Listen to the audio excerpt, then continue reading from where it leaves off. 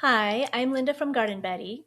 If you've downloaded my custom seed inventory templates, or you're thinking of purchasing them but want to see how they work in real life, this video will show you what the templates look like, how I personally use them, and how you can further customize the spreadsheets for your own garden. You'll find the link to my templates below this YouTube video and in my blog post if you do a search on gardenbetty.com for seed inventory. They're available in Airtable and Google Sheets formats. You get both with your purchase, and you can use whichever you prefer. I personally like Airtable, which is a spreadsheet database hybrid that I feel is very beginner friendly. So that's what this tutorial will focus on. Airtable is also free to use. You never have to upgrade your plan.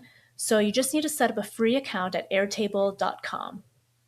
At the end of this video, I'll also show you what the Google Sheets templates look like, and you can decide which is easier for you to use.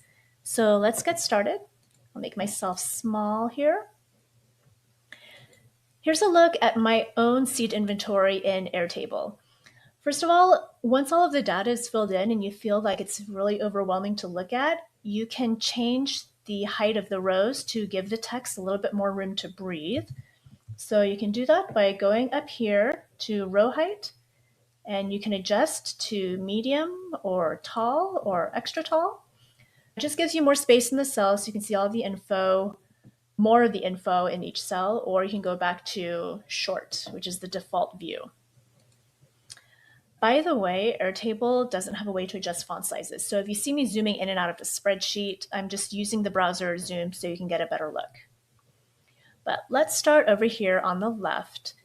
This is where all of your views can be accessed. It's different ways of looking at your data. So right now we're in the main view, which is called View All, and it lists all of the seeds in the order that you type them in. And it's good for seeing everything in one shot, but it's not very helpful from an inventory standpoint. So the most useful views are the options right below it.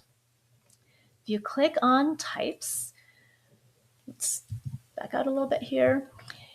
You'll get a filtered view that groups all of your seeds by the type of vegetable or herb with the variety names. So they're in alphabetical order. So here you have amaranth with the different varieties of amaranth, arugula with your arugula varieties, Asian mustard, and so on. And this categorizes every seed in your collection. Next, if you click on stock level, you can see what you're running low on, or what you have a lot of, so you know what you need to order or not.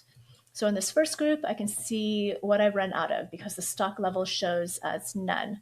I can then add them to my shopping list or remove them if I don't plan to reorder at all. It also has low stock, medium stock, and high stock. And finally, you can view by packet date, which helps you sort by your oldest seeds.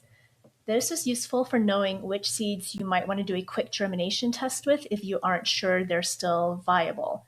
So for example, you have orange hat tomatoes here from 2022. Tomatoes generally last anywhere from 5 to 10 years, so chances are good that they are still viable, especially if you've been storing them well. But down here, you have dill from 2022. That's kind of borderline viable.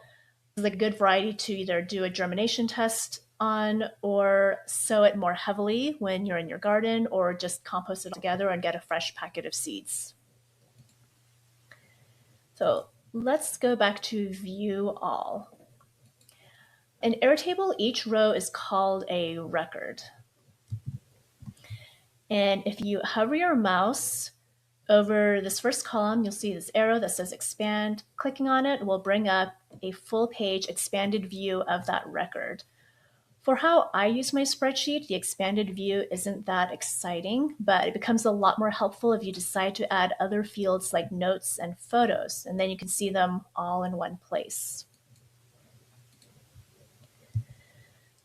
Along the top here, the seeds are organized by variety or cultivar name, the type, which is the type of vegetable or herb, color, stock level, which is how much of the seeds you have, packed for, which is the date on your seed packet or the year that you collected the seed, and then source, which is the name of the seed company.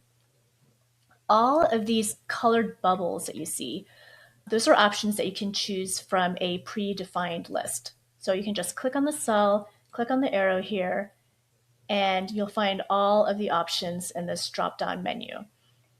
I've defined the most common types, colors, and sources for this spreadsheet, so it's ready to use right away.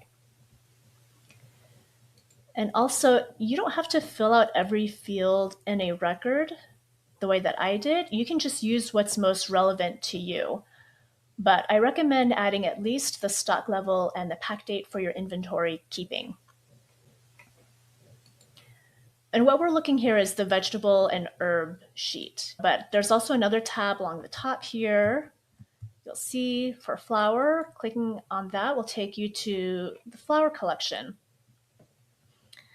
The columns are similar. You've got variety, type, color, stock, packed for, and source. But you'll notice there is an additional column here, and it's called status. So here, this is where I can select whether the seed is edible or ornamental. And I've also created a view on the left over here for status. So you can filter your seeds by edible flowers and ornamental flowers.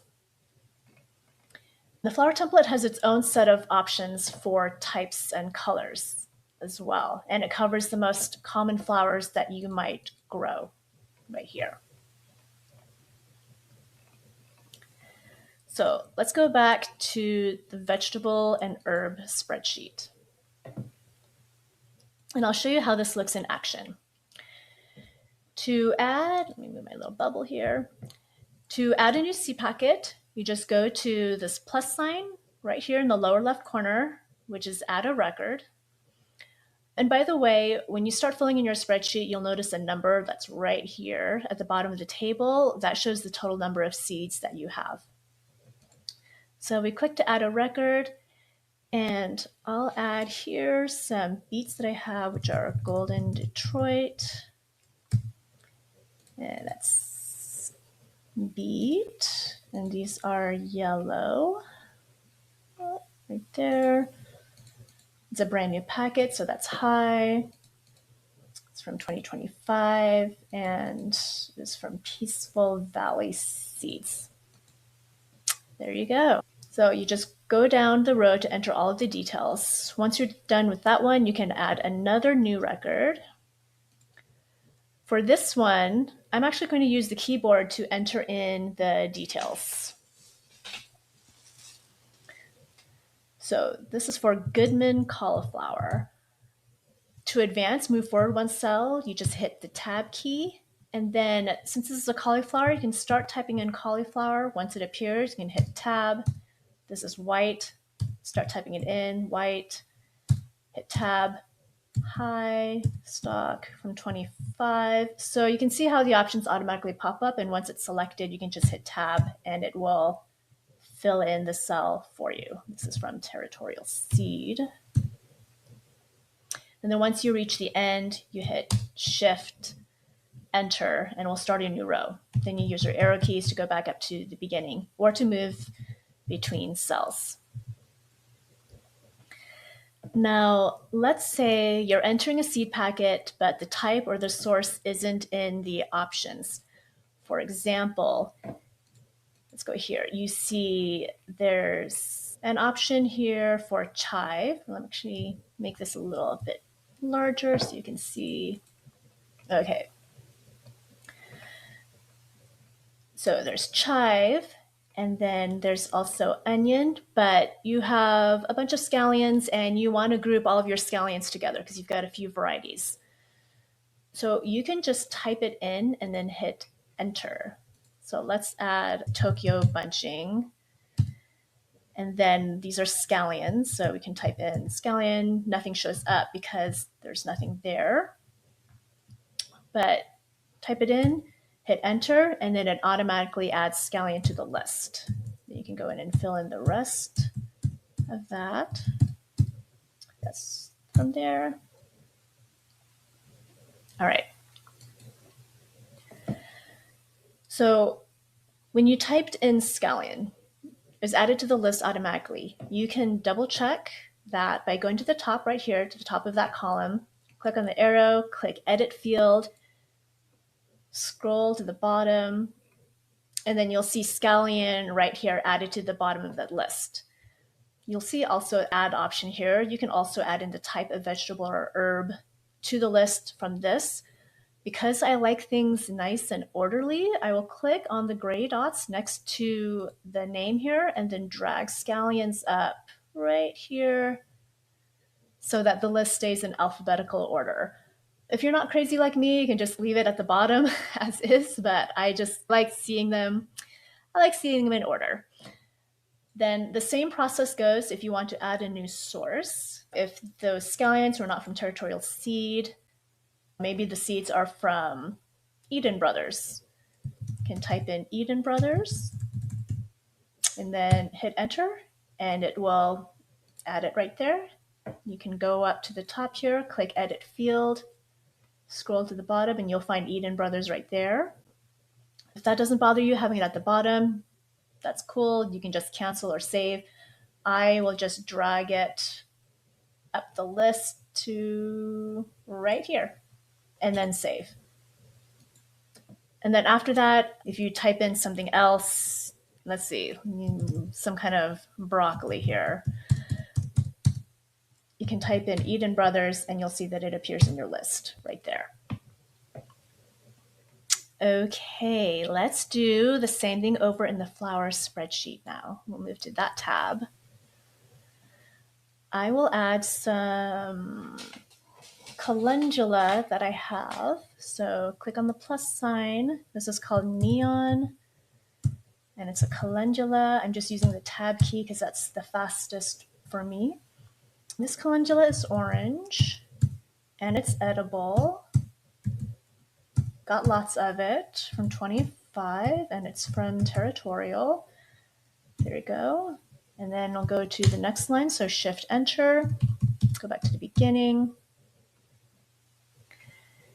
Next, I'll add some nasturtiums that I have, which is night and day mix nasturtiums. So this packet is a blend. It's a blend of cream and maroon seeds, flowers.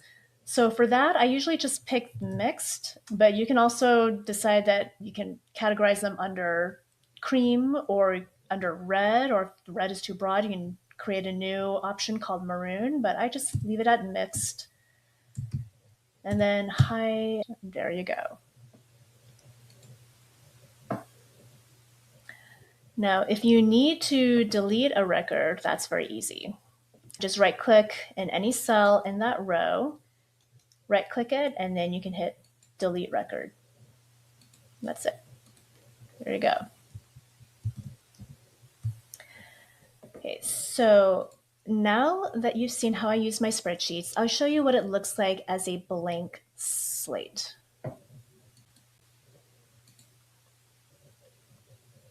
Okay, when you purchase the templates, you'll get an email with a link to the files. Follow the instructions in your email to save a copy of the template to your account. You have to save a copy, otherwise you won't be able to edit the sheet. So make sure you're logged into the account that you want to use, whether that is Airtable or a Google. In Airtable, this is what the spreadsheet looks like when you open it for the first time. Clicking on the tabs up here will toggle you between the vegetable and herb spreadsheet and the flower spreadsheet.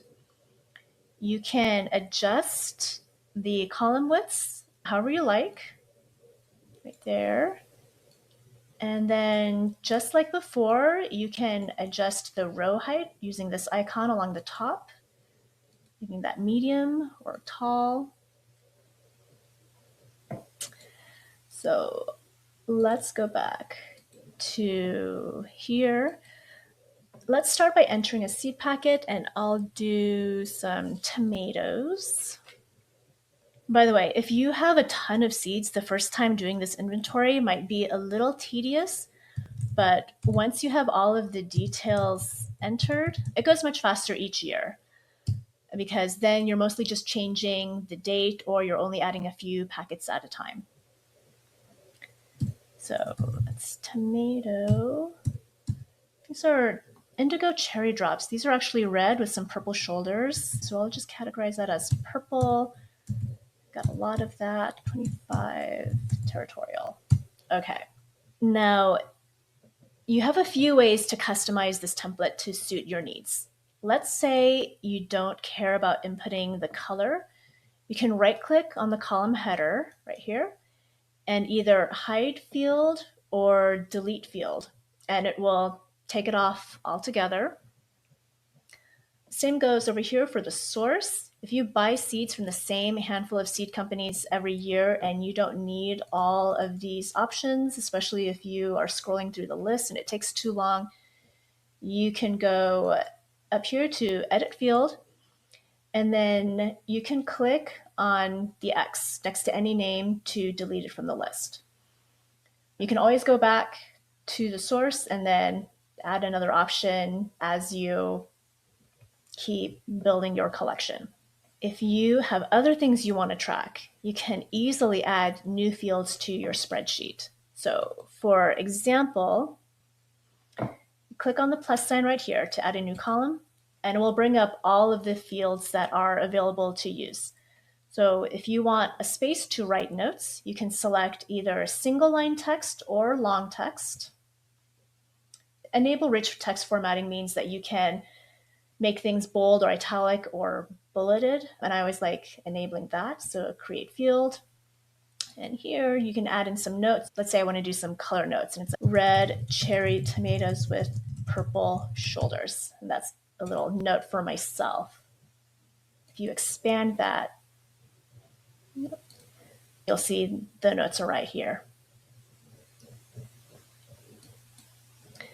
So inside the notes, it's a good way to remind yourself of sowing or transplanting dates. I have a free interactive tool on gardenbuddy.com that gives you all these dates. So just search for seed starting calculator when you're on my site. It will output a personalized calendar to your frost date with your actual sowing and transplanting dates, and then you can then enter them in the seed inventory if you want to. Now, if you want to organize your seeds by season, you can add a field, for example, that lets you select spring or fall. Maybe it's a seed that you can sow year round, so you'd add that field as a multiple select instead of a single select. So for your option, you have spring and then you have fall. And create field. Oops, and then I needed to rename this season. So once you're here, select spring.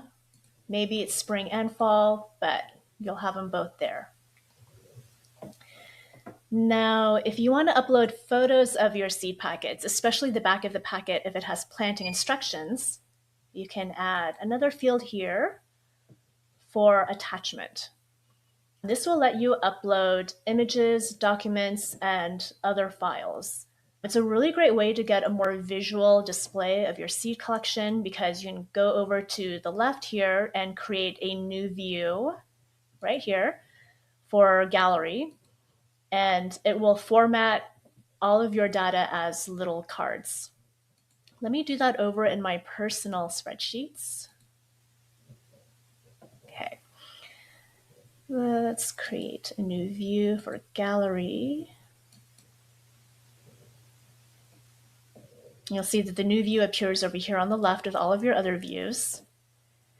And it doesn't look as cool here because I don't have photos, but if I did, all of the thumbnails would appear in each card with the info here and would show up as like a thumbnail. So there's a lot that you can do in Airtable, and the spreadsheet is highly customizable. You can play around with it and truly make it yours. If you want to use Google Sheets instead, I'll give you a brief look at that.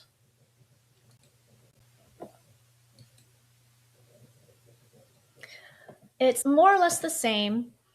You'll need to save a copy of the Google Sheets template so it's copied to your own Google account before you can use it.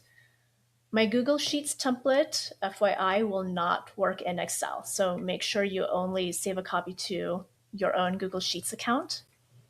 This template has all the same columns and drop-down options as the Airtable spreadsheet. If you want to add a new option for a new vegetable, for example, you scroll all the way to the bottom of the list, click on this edit icon,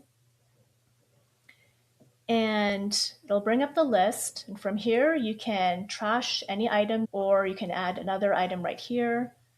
Make sure that when you're done, you click done, and then you can close out of it.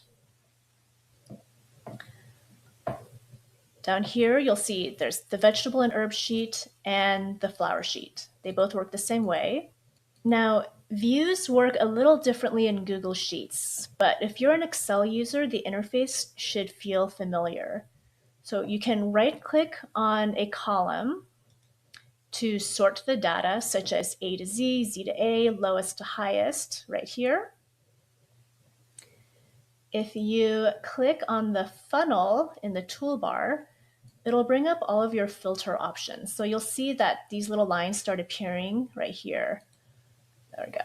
If you click on that, you can bring up different conditions by which you want to filter your data. For example, if you just want to bring up right now I'm on the packed for date, if you just want to bring up anything that is, say, after 2024, like your newest packets, you can create conditions by saying, okay, filter by if the text starts with or ends with or is exactly, or the date is before or after. You know, there's a lot of different ways that you can create your filter.